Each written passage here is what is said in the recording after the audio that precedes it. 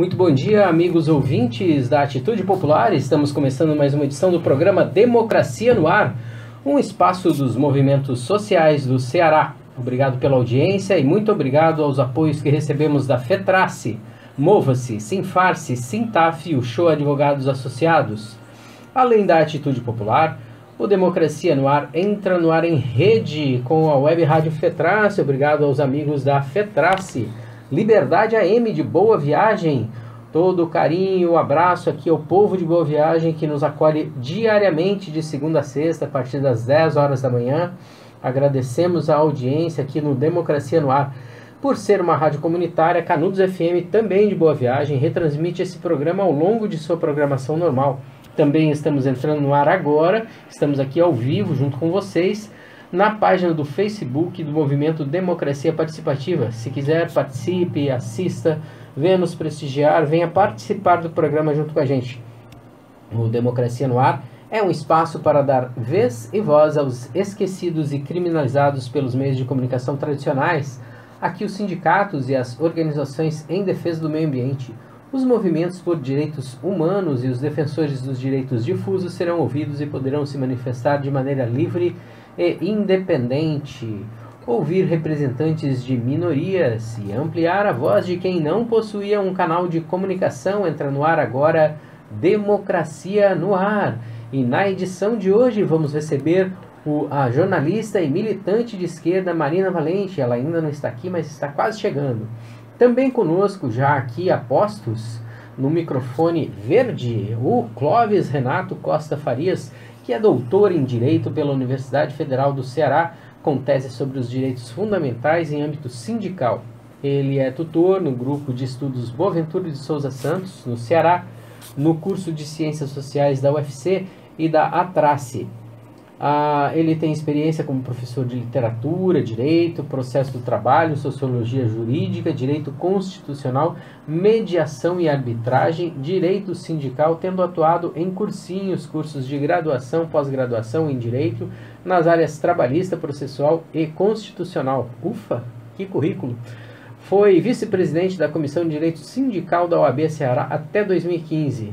Eles vêm ao programa Democracia no Ar para falar sobre um contingente de trabalhadores muito grande hoje no Brasil, que é chamado de precariado. É isso mesmo, Clóvis? Bom dia, seja bem-vindo ao Democracia no Ar, aqui na Rádio Atitude Popular e nas suas companheiras de rede, que é a Web Rádio FETRACE, a Liberdade AM e a Canudos FM. Bom dia a todos e a todas os ouvintes. De fato, a discussão sobre o precariado, né, foi uma proposição do Esdras e da Marina, que nós estamos aqui aguardando ansiosamente, e vem realmente retratar uma crítica, mais uma crítica ao capital, dentro dessa lógica de que ele não seria uma categoria transhistórica, né, ou seja, ele passa por crises agudas, ainda não crises rotineiras, talvez, né, para alguns autores e alguns teóricos, pode ser que ele esteja começando uma das suas crises finais, ou seja, não seria uma categoria transhistórica. E no meio disso, as ilusões vão se perdendo, né, porque a lógica do precariado, e é discutida inclusive pelo Giovanni Alves e pelo Rui Braga, dentre outros autores, na França inclusive, o Esdras e a Marina estavam numa perspectiva muito ligada à conceituação do precariado feita pelo Giovanni Alves. Uma conceituação desses jovens e adultos que tem essa ilusão, né, gerada pelo próprio sistema, de que quanto mais eles se capacitarem, eles vão ter melhores condições de vida, melhores condições ou expectativas e perspectivas de trabalho, e vão ter, consequentemente, melhores salários e vão poder consumir melhor. E o que, na verdade, tem acontecido é que o índice, inclusive observado em 10 anos aqui no Brasil, de pessoas com mais escolaridade e com menos escolaridade, o índice de pessoas com menos escolaridade que se mantém, tem ao menos um emprego, é muito maior do que o índice de pessoas com mais escolaridade. Né? Houve uma queda, inclusive em relação de vencimentos, em torno de 8%, enquanto os outros estão mantendo isso. Em qual período você diz a respeito? Eu vi a pesquisa do Giovanni entre 2000 e 2010, por exemplo, né? E não raro diversos profissionais que têm a titulação, graduação, que têm mestrado, têm pós-graduação, doutorado, não conseguem se inserir no mercado de trabalho em atividades específicas e condizentes com o nível e quantitativo de estudos que eles têm, né? Então, pelo estudo do Giovanni Alves, ele estava colocando, inclusive, que a média salarial dessas pessoas, que era para ser em torno de mínima, em torno de R$ 3.800, está em torno de R$ 2.800 para os que conseguem emprego nas suas próprias atividades. Isso é uma queda bastante considerável, mas assim, antes de a gente tentar aprofundar esses conhecimentos, eu gostaria que a gente tentasse transmitir aos nossos ouvintes, aos nossos telespectadores aqui na página do Facebook do Democracia Participativa, que é um movimento que vem justamente tentar reagir, né, ao posicionamento político dessa grande massa, né, de trabalhadores. A gente precisa fazer com que as pessoas possam compreender o que é o conceito de precariado, ou seja, é aquele trabalhador que não está formalmente no mercado de trabalho, não está formalmente vinculado ao sistema previdenciário público brasileiro, é aquele cidadão que raramente declara o imposto de renda, ou se declara, às vezes acaba omitindo alguma coisa. Como é que funciona isso? Quem é o precariado, né? Ou assim chamado trabalhador precariado? Bom, para o Giovanni Alves, ele vai além dessa lógica do salário, né? Ele diz que, inclusive, que ele tem uma certa divergência com a conceituação do Rui Braga, porque coloca a discussão só do nível de salário e também essa questão do registro, mas ele vai colocar exatamente um plano sociológico como uma camada social média do proletariado urbano, precarizado, né? Que seria constituído, por exemplo, por um conjunto de categorias sociais imersas na condição de proletariado, como, por exemplo, jovens empregados do novo e precário mundo do trabalho no Brasil, jovens empregados ou operários altamente escolarizados, principalmente no setor de serviços e comércio, precarizados nas suas condições de vida e trabalho, frustrados em suas expectativas profissionais, ou ainda os jovens adultos recém-graduados desempregados ou inseridos em relações de emprego precário, ou mesmo estudantes de nível superior, estudantes universitários, são trabalhadores assalariados em formação, e muitos deles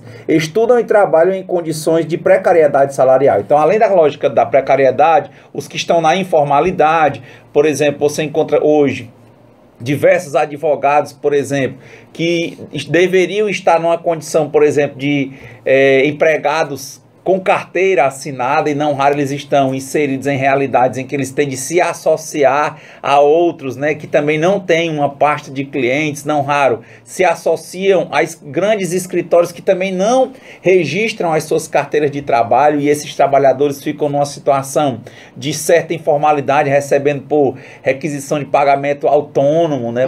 A gente poderia, então, concluir, Clóvis, que parte desse grupo de trabalhadores são trabalhadores que têm uma formação bastante considerável, mas que não estão inseridos com carteira assinada, também por uma questão econômica do patronato, né? Ou seja, muito influenciado por empregadores que, ao invés de fazer a coisa da maneira tradicional, correta, de colocar, né, todo mundo vinculado a determinado, ter aquele vínculo empregatício mínimo, né, ele simplesmente burla essa fase e coloca ele como se ele fosse associado. Tem também muita gente que é obrigada a abrir aquela microempresa individual e para que possa prestar serviço para determinadas empresas? Existe também nessa feição. E a grande questão, assim, e outros casos em que ele está lá empregado com carteira assinada, por exemplo, ganhando um salário mínimo. Quer dizer, não há um respeito a um piso. Porque tem que se compreender que a lógica, não é, nacional dos trabalhadores é assim: você tem uma categoria diferenciada, seria o topo da hierarquia dos trabalhadores, aqueles que têm uma legislação que disciplina especificamente a sua categoria, né? Você tem os advogados, dentistas, médicos, por exemplo, e eles deveriam ter um piso legal, uma organização com um piso legal que logicamente seria superior ao salário mínimo.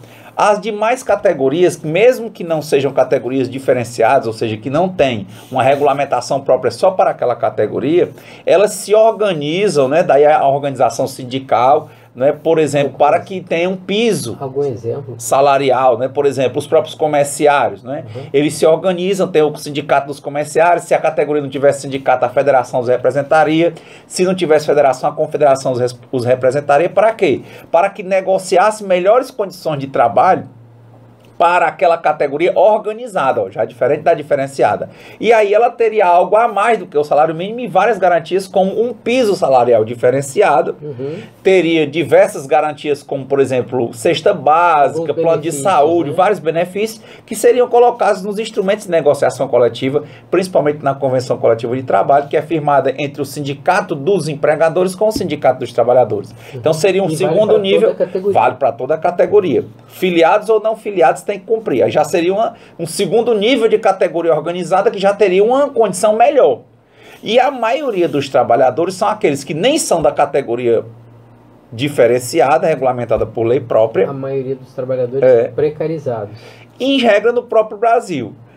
E nem seriam categorias organizadas, ou seja, não tem um piso, e aí a lei, né, diante da nossa Constituição, coloca para esses trabalhadores que não são de categoria diferenciada, nem são categoria organizada, o salário mínimo.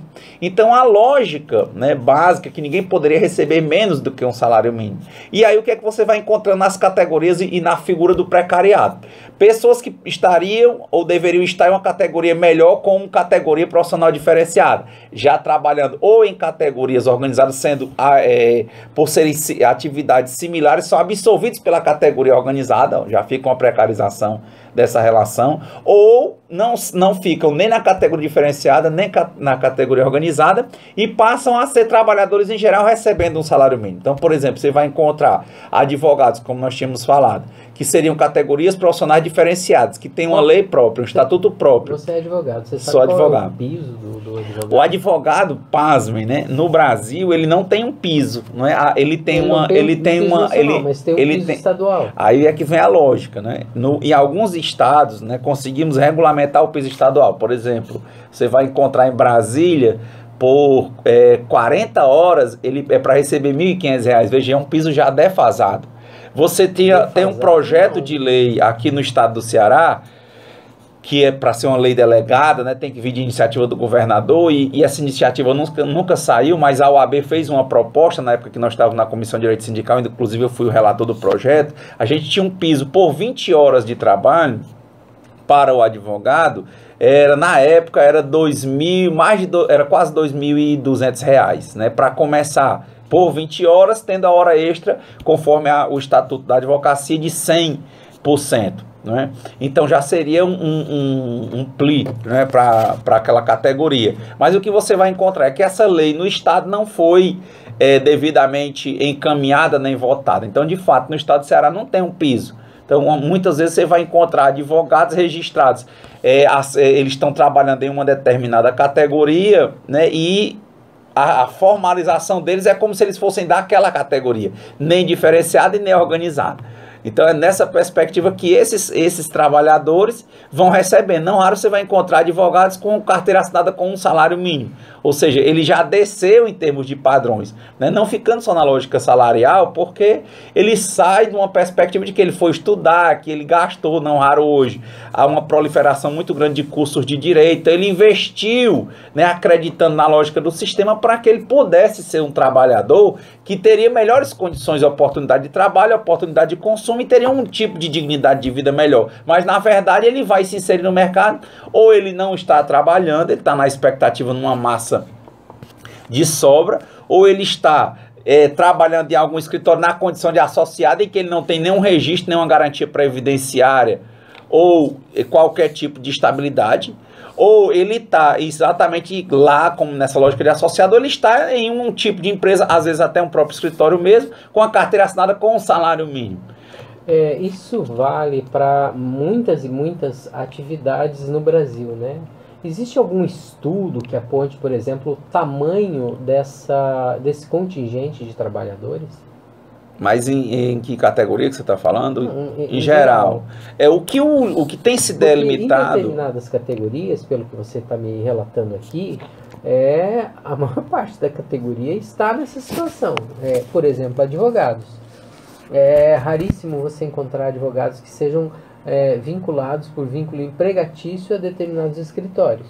Ou a maioria dos escritórios, né? Eles são, tanto que advogados associados, né? Ou seja, você tem lá o escritório com um nome de 2 ou 3, ou às vezes até 4 sócios, mas não trabalham só os 4 sócios, trabalham às vezes 8, 12, 15, 20, a banca é grande, né? Mas a maioria deles está vinculado por meio desse tipo de vinculação. A mesma coisa acontece, por exemplo, em outras categorias, ou eu estou enganado? Acontece. Nesse caso, não é só concluindo a parte da categoria do advogado, por exemplo, o que nós estamos colocando também, é que muitos escritórios assinam, já tem advogado com carteira assinada, inclusive com mais de R$ 2.500, inclusive na condição de advogado. Contudo, esses trabalhadores e trabalhadoras, eles estão lá numa jornada que a jornada média do advogado, por ser categoria diferenciada, seria de 20 horas, e esses advogados, no caso, eles estão em uma perspectiva trabalhando 40 horas, com controle de jornada, numa lógica em que eles têm, por exemplo, fora o horário que eles têm que estar lá, não se paga, por exemplo, que ele está no teletrabalho, no controle externo, fazendo petições, estudando em casa, indo para as audiências. Quer dizer, mesmo quem está com PISA, o trabalho ele é constante e aquela pessoa vai ter uma qualidade de vida, ela trabalha, vira uma espécie de workaholic, né? O trabalhador. Agora, só para fechar esse ponto, né, você tem diversos. Eu estava outro dia com um procedimento agora no Congresso Internacional de Direito Sindical, lá no Pará, né, um dos representantes do sindicato, por exemplo, os veterinários, né? Ele contando que 90 a 99% dos trabalhadores em pet shop, eles não estão em carteira assinada, né? E estão lá, quando tem um salário mínimo, e estão sendo absolvidos pela categoria do comércio. E o pior, sem receber o piso do comércio, porque eles não estão negociando, os donos de pet shop, com o sindicato dos comerciários. Eles estão com carteira assinada, como veterinário, recebendo um salário mínimo. Quando estão, quando não, nem vínculo tem, estão recebendo por RPA. Anunciamos aqui a chegada da outra entrevistada, Marina Valente, a Nina, que também veio falar a respeito do precariado. Com ela também o Esdras Gomes, são 2 jornalistas, né, conhecidos aqui de Fortaleza, que a Marina tem um estudo a respeito dessa nova categoria, ou melhor, nova classe de trabalhadores. Aliás, é difícil até mesmo de definir. Bom dia, Marina, seja bem-vinda ao Democracia no Ar. Bom dia, Márcio, bom dia aos ouvintes que estão acompanhando. Peço desculpas pela chegada atrasada, mas em dia de chuva, tudo saindo fora do lugar em Fortaleza. Na verdade, até o conceito de ser determinado como nova classe, ele é questionado entre os pensadores, né? Eu entendo, na verdade, não como nova classe, mas como uma parte integrante do proletariado, né?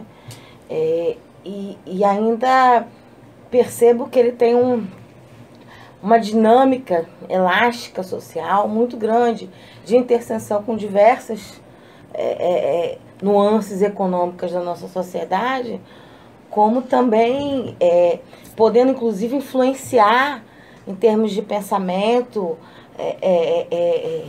e de ações, essas diferentes nuances sociais. Ele tem força política dentro da nação, principalmente com o advento das novas tecnologias da comunicação e informação, que abriu a perspectiva das redes sociais, né?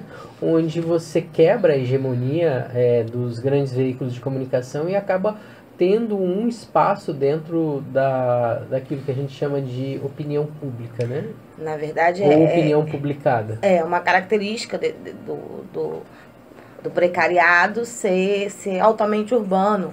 Então, ele está inserido nas redes, na solidão das redes sociais, né? Que vai, inclusive, no fenômeno desse movimento golpista, ganhar uma outra dimensão, porque ele sai da solidão da rede social e daquele discurso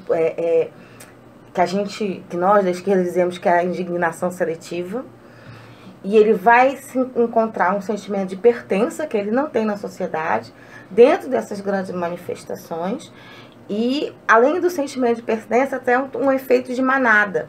Então ele se sente abarcado, ele sai dessa solidão que a rede social causa na nossa sociedade, e todas as suas doenças psicológicas que se somam no ambiente virtual, para finalmente se encontrarem dentro de algum espaço, sendo que antes ele não se sentia nem inserido enquanto proletário, nem inserido como dono de empresa.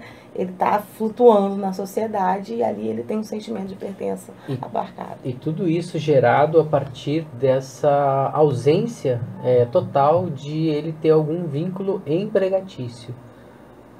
Não só isso, por ele não ser enxergado na sociedade, por ele não ter se enxergado pelas representações comuns à classe trabalhadora, então ele não é percebido pela entidade sindical, ele não é reconhecido pelo proletariado como parte integrante dele, né? Então, como ele não tem relações, ele não entende essas relações de trabalho, então daí que vem ele xingar o trabalhador comum de vagabundo quando faz uma greve, e partir para tentar acalentar esse sentimento dele de total frustração, não é? Destinando uma raiva à classe trabalhadora que não o reconhece, que não dá voz às suas necessidades. Mas ele também não se reconhece como trabalhador. Não, ele também não se reconhece. Quer dizer, ele está mais próximo do proletário. Em alguns momentos ele reivindica esse discurso.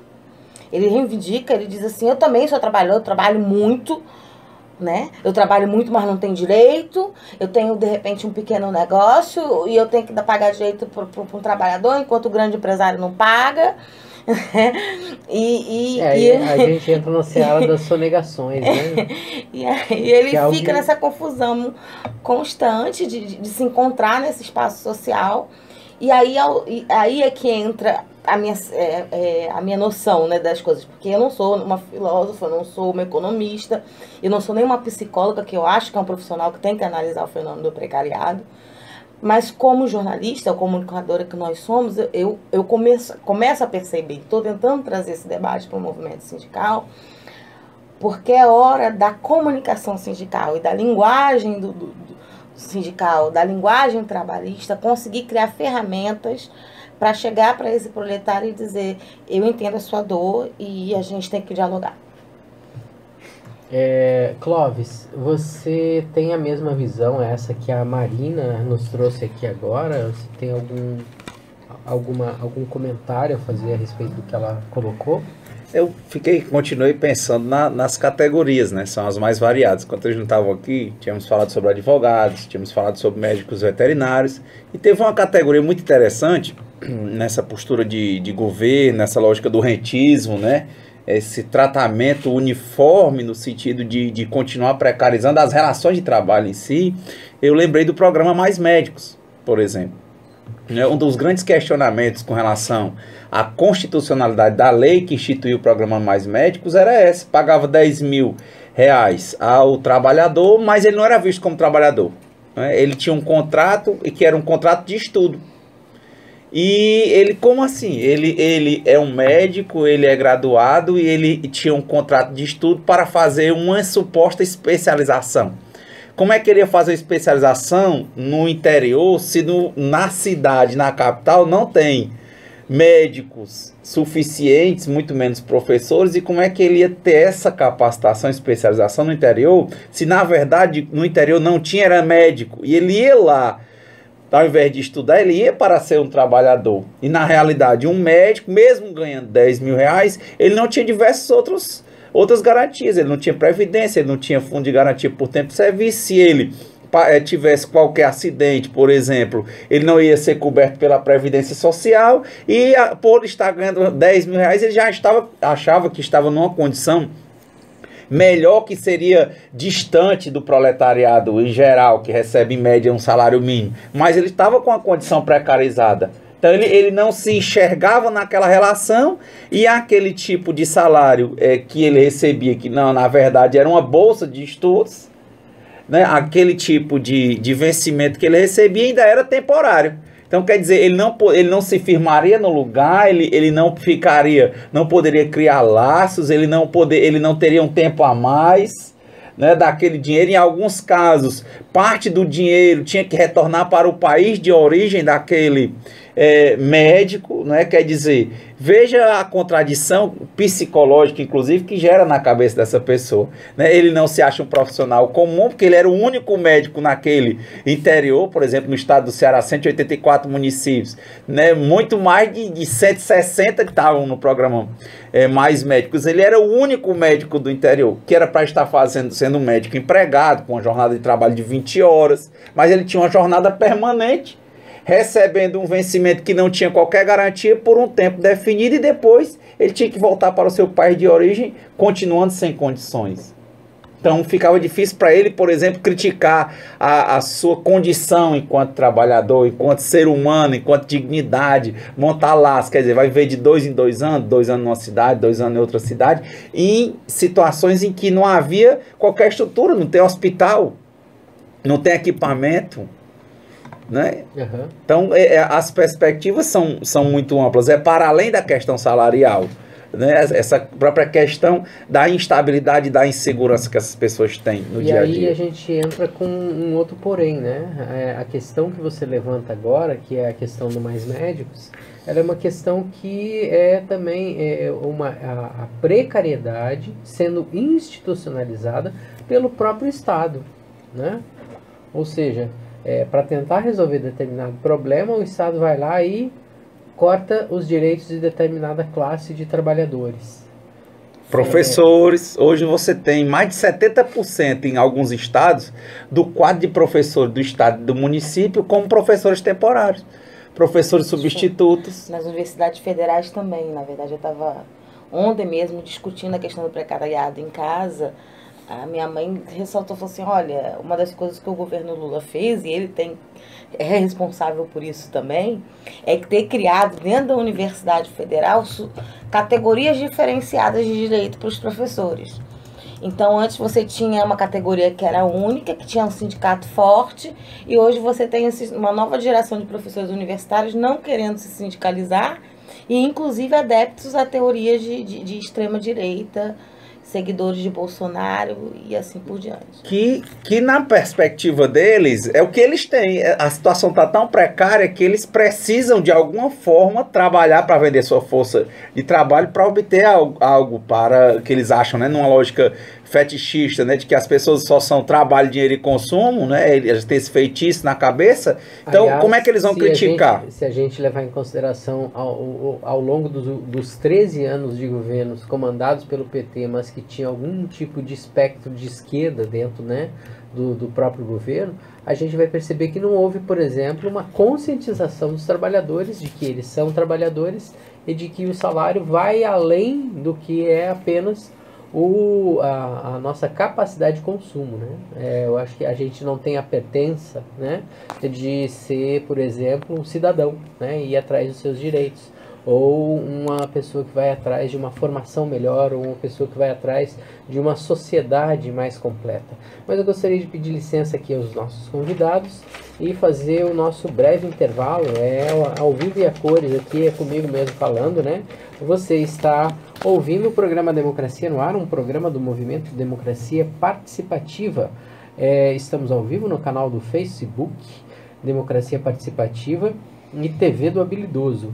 Temos o apoio cultural da FETRACE, do Mova-se, do Sintaf, do Sinfarce e Uchoa Advogados Associados. O programa Democracia no Ar é um programa onde abre espaço para os movimentos sociais do Ceará. E hoje estamos aqui recebendo Nina Valente, jornalista e ativista de esquerda, e Clóvis Renato Costa Farias, que é doutor em Direito e que a gente está aqui levando uma conversa para tentar demonstrar, né, um novo número de trabalhadores, né, uma nova visão de mundo de determinados trabalhadores que às vezes não se enxergam como trabalhadores e se enxergam mais como algo diferente. O que seria esse algo diferente, Nina, você que já está desenvolvendo esse estudo já há algum tempo. O que alguns pensadores dizem que a lógica do consumo... Quem são os principais teóricos a respeito dessa questão? Você tem Castle, Robert Castle, né? E você tem Gil Standing, né? E no Brasil a gente tem a figura como como se diz, o Rui Braga, né? E o Giovanni... sobrenome aqui, eu vou ter que colar. Alves. Pronto, Giovanni Alves, que são pensadores também sobre a questão do precariado. Agora que tem noções diferentes. Enquanto Castle e Stanley, eles vão justamente caminhar na ideia de uma nova classe, o Giovanni ele vai trabalhar essa ideia de inserção do precariado num aspecto bem delimitado da categoria trabalhista. Ele diz que são jovens adultos que fazem parte do proletariado, que têm alta formação e que estão inseridos em condições precárias de trabalho. Já o Rubem Braga, ele vai... o Rui Braga, ele vai estender esse conceito para trabalhadores também em situação precária. É um conceito um pouco mais amplo da categoria. Mas, em todo caso, todos eles estão falando de uma parcela muito significativa da população. E que tem sido não só determinante nesses processos de mudança e manifestação que tem acontecido, de uma insatisfação latente, ou seja, de pessoas que estão buscando ideologicamente essa identidade de consumo, de ter o bem de consumo, que é propagado a ele, esse paraíso que resulta da universidade. E aí, novamente, o governo Lula incentivou essa abertura da universidade, mas muitos deles foram parar em universidades extremamente tecnicistas, né? E que... ao sair dessa universidade... A constituição dessas novas unidades de ensino federais, às vezes, deixa um pouquinho a desejar no conceito de a gente pensar a sociedade, que tipo de sociedade a gente quer. Naquilo que Freire chamaria de letramento, não é? Que é a permissão de uma visão de mundo que permitiria refletir sobre sua condição. E para além disso, eles vão ter a dificuldade de, novamente... outra questão, você teve um incentivo ao acesso à universidade como mérito, porque uma das bandeiras mais bem levantadas por esse precariado nos dias atuais é a da meritocracia. Então ele acha que se ele fez a universidade, ele tem, por mérito, estar inserido no mercado de trabalho, só que não houve, por parte do governo, política de primeiro emprego para essa galera. Ou seja, eles acreditaram no paraíso e não entraram nele. Veja só o caso, né? Aqui no estado do Ceará nós tínhamos, né, e as instituições federais de ensino no Brasil como um todo, tem as fundações de apoio, né? Certo. Então aqui não havia uma maternidade pública. Nos anos 50 foi instituída, né, pelo grupo do Assis Chateaubriand, de comunicação dos Diários Associados, uma campanha que chegou a doar o terreno, construir o prédio e deixar funcionando a maternidade escola, né? E aí criou-se a Sociedade de Assistência à Maternidade Escola Assis Chateaubriand, SAMEAC. Esses trabalhadores, como eram ligados à filantropia, né, na verdade, quando foi doada a maternidade e o Hospital das Clínicas para a universidade, nós tínhamos servidores que ganhavam, né, também não tanto, mas eles ganhavam salários mínimos, basicamente, ou piso da categoria da saúde. Quando chega exatamente, principalmente em 2009, esses trabalhadores já estavam num contrato, muitos deles já com mais de 30 anos de serviço, foram ameaçados de despedida coletiva 700 de uma vez. E a substituição desse trabalhador não era por servidores públicos estatutários, mas o governo, na época, né, o governo ligado ao Partido dos Trabalhadores, criou a EBSER, né, cujo relator, inclusive, é o deputado cearense Danilo Forte, e era a Empresa Brasileira de Serviços Hospitalares. Na lógica de serviços hospitalares hoje, ela fez concurso para todos os cargos do hospital, né? Não haverá mais concurso para servidor público estatutário no Hospital das Clínicas e Maternidade Escola Assis Chateaubriand. Todo mundo é ligado à EBSER, são seletistas, não tem a estabilidade do servidor público estatutário, podem ser despedidos a qualquer hora, inclusive sem justa causa, né? Em termos de categoria, como no primeiro momento eles estavam ganhando mais, e é porque era o espaço, eles altamente formados estão lá, mas é lógico que a situação deles é diferente da situação do servidor público estabilizado. Ou seja, o servidor estável, ele tem, de fato, além da estabilidade, um regime próprio de previdência, eles são vinculados à União Federal. E o da EBSER é uma empresa pública, seletista, pode ser dispensado a qualquer momento, não tem estabilidade em regra, não vai ter regime próprio, e com o tempo há uma tendência de defasagem da categoria, e na hora que quiserem vão dispensar esses trabalhadores. Do mesmo modo, eles se insurgiam porque queriam o emprego deles, era a oportunidade de emprego que eles tinham naquele momento, né? Quer dizer, mesmo precarizado. E acabou com todas as possibilidades no Brasil de termos agora concurso para trabalhadores na saúde, nas instituições federais de ensino, porque todo mundo agora vai ser da EBSER. Okay. Isso acabou gerando um problema para todos os trabalhadores da saúde que servem em instituições de ensino, né? Ou seja, as universidades públicas brasileiras, que são reconhecidamente o local onde tem os melhores hospitais voltados para os estudantes de medicina dessas instituições, acaba gerando esse problema e gerando essa nova questão social. E assim, o precariado, ele acaba trazendo como efeito colateral da sua existência uma guinada, né, para a direita da grande maioria da população brasileira. Porque ele tem também muita influência, né? Muita influência junto à sociedade como um todo. E assim, como são pessoas que têm bons vencimentos, em sua grande maioria, mas não tem nenhum tipo de rede de proteção social, ele tende realmente a isso que a Marina acabou de colocar, ou seja, são pessoas que namoram, né, e olham com bons olhos situações de fascismo, como a própria candidatura do Jair Messias, né? Bolsonaro. Eu me recuso a falar o último nome. Márcio, o que o Clóvis acabou de dizer caminha também para uma observação que eu tenho feito, que é sobre o espaço das direções da esquerda.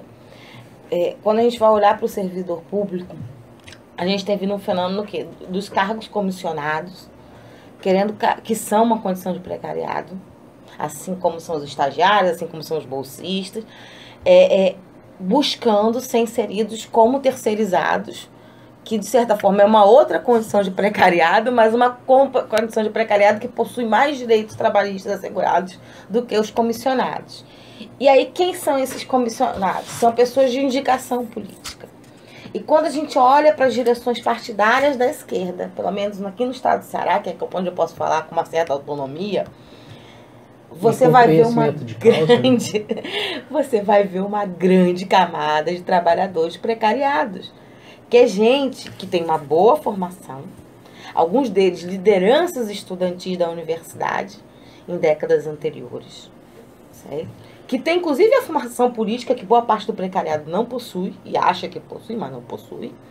E esses tiveram acesso, mas que há muito tempo se distanciaram daquela ideia do dirigente de chão de fábrica, e que trabalham ou em cargos comissionados, ou em assessorias, ou até mesmo para os próprios partidos em cargos de direção. Ou seja, situações de trabalho em precariado. Então, a gente percebe por que existe tanta dificuldade do movimento de esquerda ou do movimento progressista em enxergar o próprio precariado e suas necessidades trabalhistas, porque o precariado tem dificuldade de expor suas próprias necessidades trabalhistas e tanta dificuldade de dialogar com o restante da classe trabalhadora que ainda assim permanece no chão de fábrica e tem direitos trabalhistas. Clóvis. Você imagina um ponto, né? Só aí veja em termos de direito de greve e mobilização, não é? O poder, né? Veja a lógica que foi sendo tomada. Você chega dentro de um hospital como esse, aí você tem empregado da EBSER, cargos, trabalhadores em cargo em comissão, você tem os servidores públicos estatutários, você tem os estudantes que são bolsistas, você tem os terceirizados normais, né, de serviços de atividade meio, você tem os terceirizados da SAMEAC, quer dizer, só no mínimo aí você tem 6 categorias num local só. Em termos de mobilização é difícil, datas bases diferentes, categorias diferentes, né? Assim, representações sindicais diferentes. Você tem mais de 10 representações, porque você tem psicólogos, terapeutas ocupacionais, técnicos em radiologia, médicos, enfermeiros. Quer dizer, tudo isso misturado num ambiente de trabalho em que dificilmente há um tipo de união para que tenha uma pauta de unidade, para que realmente faça um tipo de paralisação, que tenha pressão. Porque sempre é um pouquinho de um pouquinho de outro, que vai dificultar, né, uma pressão maior junto ao poder público. E finalizando também, quando ela colocou do chão de fábrica, se você for olhar hoje com a substituição do trabalho vivo pelo trabalho objetivado, o próprio chão de fábrica, às vezes você chega, por exemplo, vai ver a fábrica da Coca-Cola, você faz 2.000 latinhas mais ou menos em 1 minuto e você não tem ninguém no local de trabalho. Tudo a substituição pela máquina, pelos drones. Você vê a atuação dos drones, é impressionante. No campo, eu estive visitando, por exemplo, as fazendas de soja, agora no começo do ano, a questão do trabalho, principalmente no oeste da Bahia, indo para Tocantins, né, onde é a questão da soja. Você via 10 fazendas, o máximo que tinham 600, 500, 300 trabalhadores nas 10 fazendas. Né? O trator, você observa hoje, se você for olhar o que as máquinas fazem, elas colhem as flores, plantam, tiram tudo, quase não tem ninguém. Ou seja, uma fazenda que o tamanho dela, por exemplo, essas 10 fazendas que eu visitei, dava muito maior do que alguns estados, né? E maior do que alguns países pelo mundo, e só tinha 600 pessoas trabalhando nas 10. Quer dizer, é um impacto muito grande, então não tem. Também a perspectiva do oferecimento da capacitação para o trabalho, eles também estão percebendo que não tem trabalho. Então eles se agarram ao trabalho precariado, né, de forma precariada, ao trabalho precarizado, né, numa perspectiva de que aquilo é nada. Por quê? Porque no sistema eles só acham que só alguém se tiverem trabalho ou dinheiro ou consumo. Ou, na lógica, né, trabalho para ganhar dinheiro para consumir. Então eles se agarram a essa estrutura e não querem questioná-la, porque senão eles ficam sem nada. Deixa eu dar um passo atrás aqui e voltar a essa questão aí, por exemplo, do hospital. Se a gente for levar em consideração todo esse fracionamento que você acabou de descrever, como a gente resolve isso, por exemplo, na questão sindical? Como resolver isso? Como criar um sindicato que abarque tudo isso? E segundo ponto, né? Será que o chamado progresso, entre aspas, ele é benéfico ou ele é um problema a mais para a sociedade como um todo? Eu acho assim, primeiro tem que haver o espírito de solidariedade, porque diante do modelo sindical brasileiro, né, como é um sindicalismo por categoria, quer queira, quer não, tem as contradições dele, né, as contradições de pessoas que querem se manter nas estruturas, né, então acho que ao menos tem que pegar essa contradição e tentar fazer as estruturas funcionarem. Então, por exemplo, se há um diálogo, por que não essas categorias, a primeira lógica, né, é que os trabalhadores se enxerguem como trabalhadores. Que o que a Marina estava muito bem falando sobre o precarizado ou precariado, né? Ou seja, o trabalhador precariado nas condições precárias, né, de trabalho, que é outra coisa mais grave, ele se entender como trabalhador, diferente quando ele se acha diferente dos outros. Porque a partir do momento que ele se acha diferente, ele se divide para enfraquecer. Ele se acha um profissional liberal, ele se acha acima daquele... Até no serviço público, quando você vê uma greve, estava vendo aqui o Fórum Unificado de Servidores Públicos do Estado de Ceará, o FOASPEC, aí você começa a ver, às vezes o fazendário, ele se acha diferente, por quê? Porque ele está na parte do recurso, e aí quando chega no final da rodada de negociação, for uma paralisação geral no Estado, ele vai negociar sozinho. Então, quer dizer, se não houver um espírito de solidariedade que vai gerar uma unidade para os trabalhadores, não dá. Então, uma das perspectivas num hospital desse, por exemplo, tem 5 categorias, era haver um diálogo entre todos os sindicatos representativos e unificação de database. Era uma possibilidade. Por quê? Porque nas proximidades da database é que ocorrem as greves.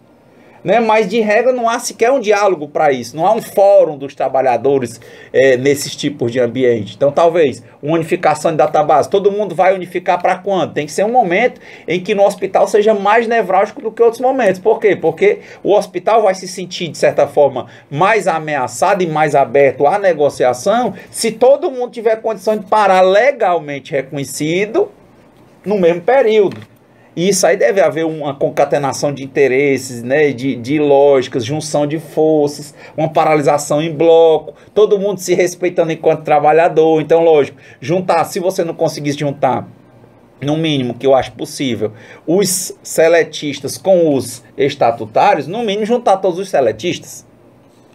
E nas pautas de negociação, os que não são vistos como trabalhadores, como os que são estudantes, né, bolsistas, mais médicos e tal, eles sejam incorporados nas negociações e possa ter avanço, no mínimo no caso, na negociação dos servidores. Os que não são seletistas, que se unissem aos servidores e os demais seletistas se unissem numa lógica só. Agora, o ideal, eu acredito que fosse o momento em que se pudesse juntar, inclusive vendo trabalhador como trabalhador, a noção de classe, né? Vendo os trabalhadores, tanto seletistas quanto estatutários, juntarem tudo, unificaram uma database só, que provavelmente talvez fosse a que estivesse próxima à votação da lei de diretrizes orçamentárias, né? Porque isso aí geraria impacto, inclusive, para o poder público conseguir recursos na lei orçamentária anual que viria para o próximo exercício, né? Então, quer dizer, mas isso até o momento, até onde eu conheço, não há, né? Continua cada categoria com a sua database.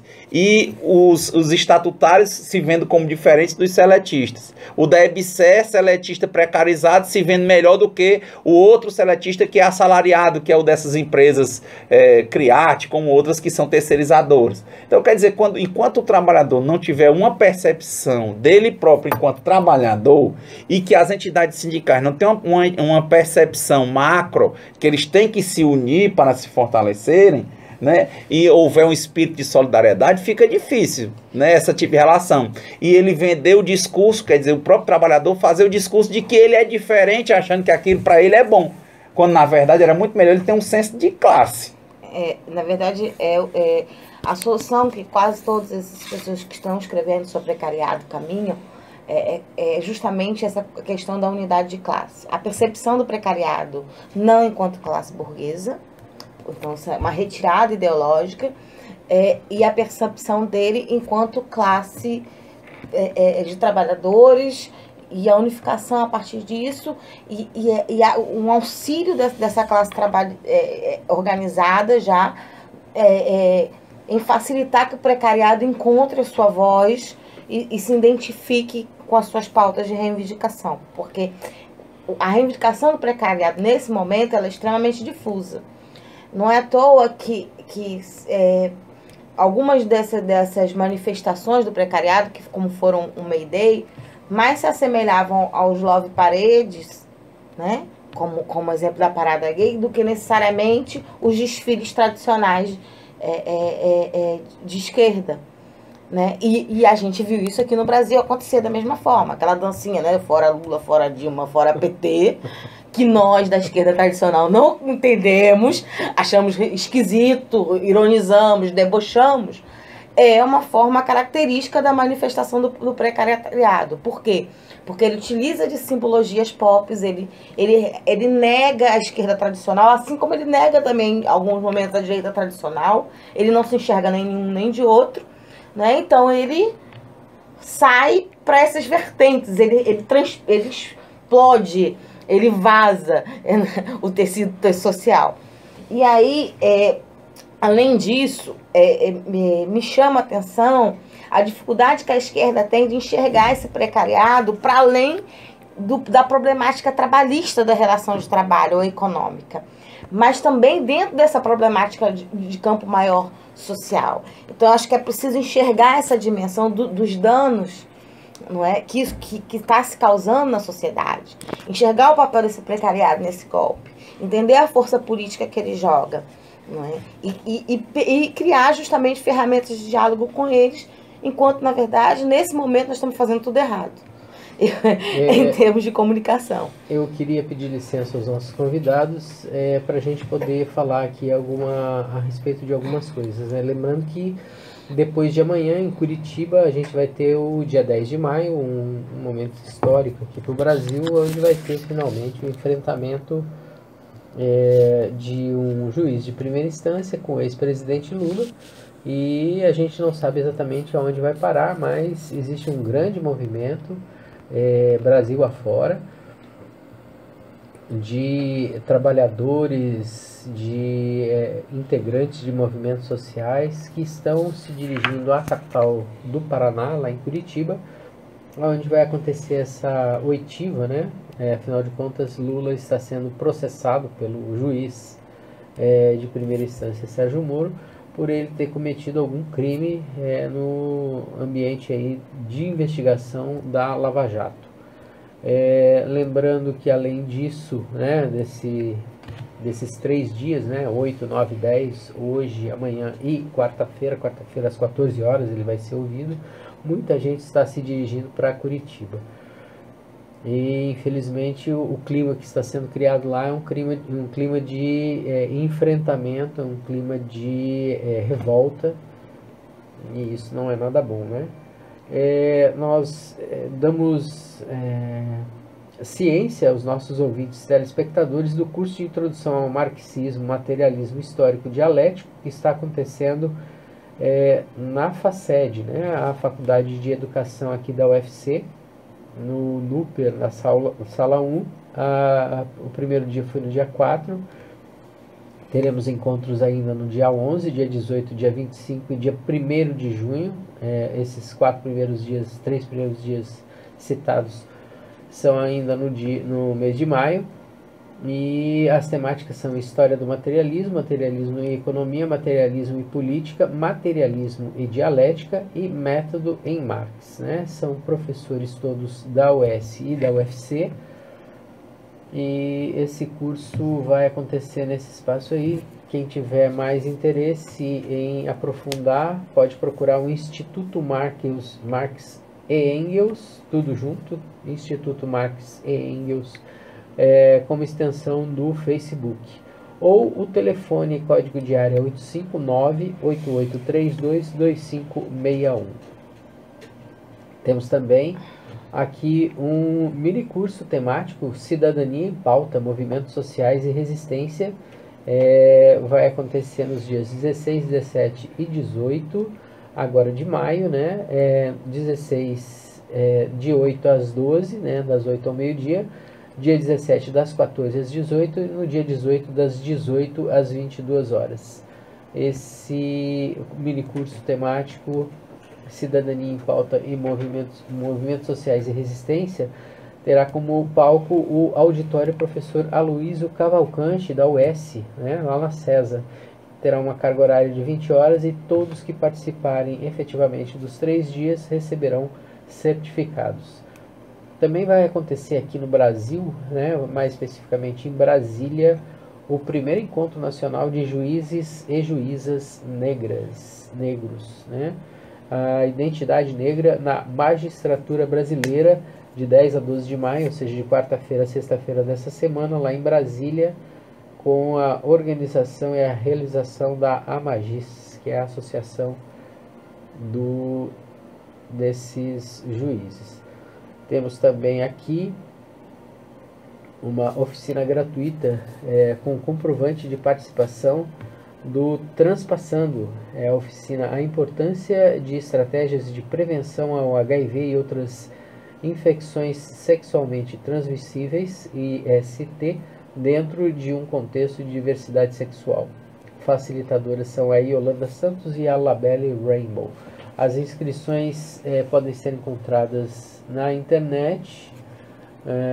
O formulário online segue no seguinte link, https://go.gl/forms/zj75 YouTube TV TPB2. Esse curso vai acontecer dia 10, né? Ou seja, na quarta-feira, de 9 ao meio-dia. Temos também aqui informações a respeito das feiras agroecológicas que acontecem em maio aqui em Fortaleza, acontecendo dia 6, dia 7, sábado e domingo agora, e vão acontecer também dias 20 e 21, que é o sábado e domingo posterior a esse final de semana que vem agora, né? São feiras agroecológicas com alimentos saudáveis. Os locais são Condomínio Parque del Sol, Rua Mauro Freire 100, no dia 21, das 8 às 13, e a Cora Alimentação Sustentável na Rua Padre Luiz Figueiró 252, das 8 às 13, também na Aldeota e Cidade dos Funcionários. Dia 20 na Aldeota, dia 21 na Cidade dos Funcionários. E para finalizar, temos também no dia 16, encerrando a 4ª Jornada Universitária em Defesa da Reforma Agrária, das 18h30 em diante, nos jardins da Reitoria da Universidade Federal do Ceará, cerimônia de encerramento e lançamento do livro A Sombra das Castanheiras, Luta Camponesa, Cultura, Memória e História, 16 de maio, vai se programando aí. Vamos lá. Para as considerações finais, gostaria de ouvir o Clóvis e a Nina. Nina, você pode começar, por favor? A gente está diante de um processo político que é a falsa vitória, para mim, na opinião do precariado. Ele pode, num primeiro momento, se sentir satisfeito com a quebra dos direitos trabalhistas, porque ele vai sentir que outro trabalhador vai se igualar a ele, e que, de certa forma, talvez ele tenha uma chance de se sobressair por causa do seu estudo, ou porque ele já está nessa batalha há mais tempo. Mas mesmo sem ter nenhum tipo de consciência política, né? Porque assim, estão sendo retirados todos os direitos com essas ditas reformas, que no fundo são contra-reformas e são roubos, né, de direitos trabalhistas e previdenciários do Brasil. Porque ele não entende esses direitos. Ele não os possui. Então, por não enxergar, ele acha que o outro... Não conhecer. Ele não conhece direito de greve, ele não sabe muito bem como é que se processa direitos básicos e por que as pessoas adquiriram aqueles direitos básicos. Então, ele pode até sentir uma falsa vitória ou uma total indiferença. Pode encaminhar para esses dois lados. Mas a verdade é que ele precisa perceber, e a classe proletária precisa perceber, que, na verdade, ele foi tão usado pela elite quanto o restante da classe proletária. Então, nesse primeiro momento, pode haver dele uma satisfação de que aquele outro trabalhador que ele acha que tem direitos, e por isso ele pode chamar facilmente ele de vagabundo, ou preguiçoso, ou baderneiro, como eles chamam os grevistas, ou aqueles que estão lutando por esse direito, porque ele acha que são pessoas que têm um direito privilegiado em relação a ele, um direito trabalhista privilegiado em relação a ele. Ele pode, no primeiro momento, até perceber ou pensar de que agora é a chance dele assumir um espaço social, ou ter o merecido retorno do esforço que ele teve de estudo, de conhecimento para chegar lá.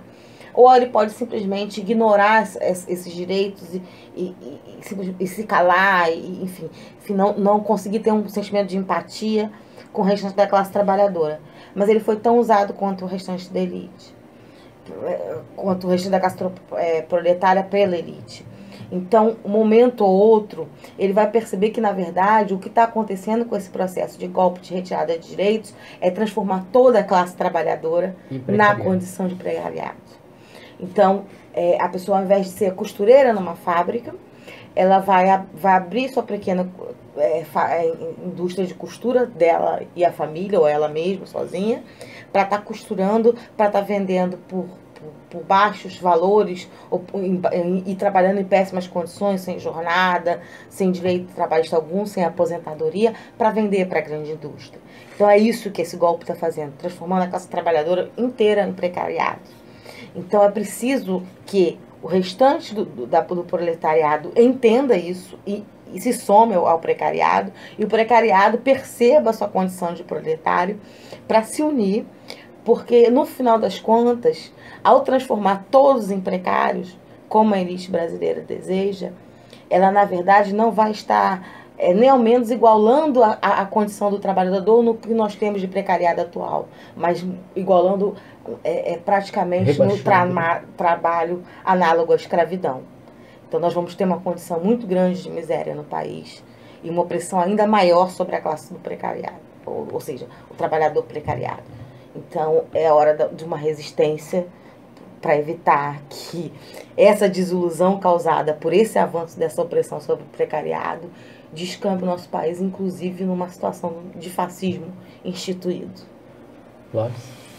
Bem, de nossa parte, só agradecemos o convite, né, da instituição, desses espaços democráticos, parabenizamos o que tem acontecido, né? Como dissemos, ainda não temos soluções, né? As propostas que foram feitas, como diz o Exildo no livro Os Trabalhos e os Dias, né? O trabalho sobre o trabalho trabalha, né? Numa perspectiva de possibilidade de trabalho, né? Como diz o Boaventura, algumas coisas que nós não sabemos ainda qual o resultado final, o objetivo final, até porque as coisas estão em construção, né? E muitas coisas nós já sabemos o que nós não queremos, né? Então é uma lógica de construção, é um processo, diversas coisas nós já sabemos que não queremos, como essa reforma trabalhista nós não queremos, né? E como a unidade que nós queremos, primeiro, né? Nem reforma né? Nessa mesma lógica é um desmonte, né?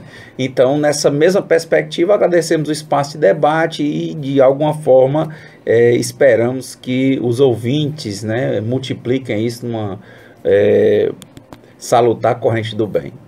Muito obrigado, Clóvis. Muito obrigado, Marina. Amanhã a gente retorna com o programa Democracia no Ar, ouvindo o Conselho Missionário Indigenista, o Conselho Indigenista Missionário, e um representante das nações indígenas para discutir a questão do índio no Brasil e a questão do índio aqui no Ceará especificamente.